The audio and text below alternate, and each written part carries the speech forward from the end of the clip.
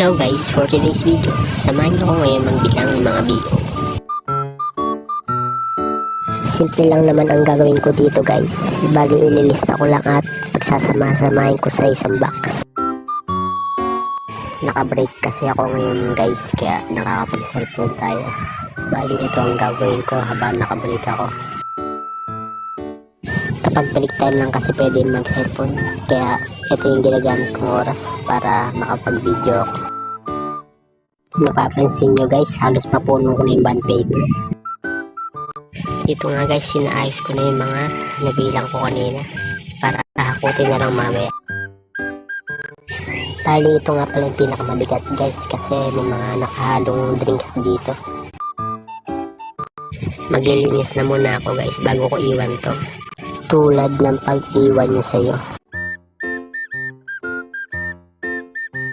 Dito nga guys, hahakutin ko na isa-isa para dadalhin ko na sa loob ng store. Babalik kasi namin to guys para mapalitan ng mga bago. Katulad ng ginawa sa'yo, pinagpalit ka sa gwapo.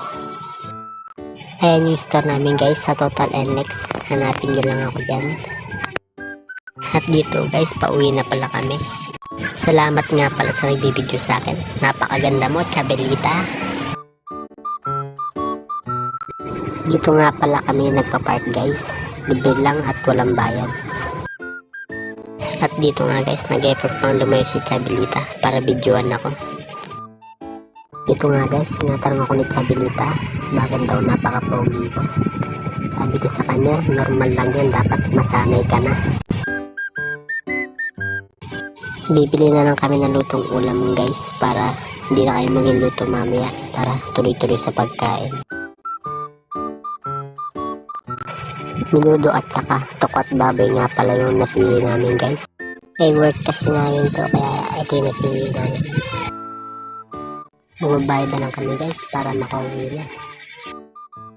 Nagmadali na kami umuwi guys kasi makulimlim yung langit, baka abutan kami ng ulan.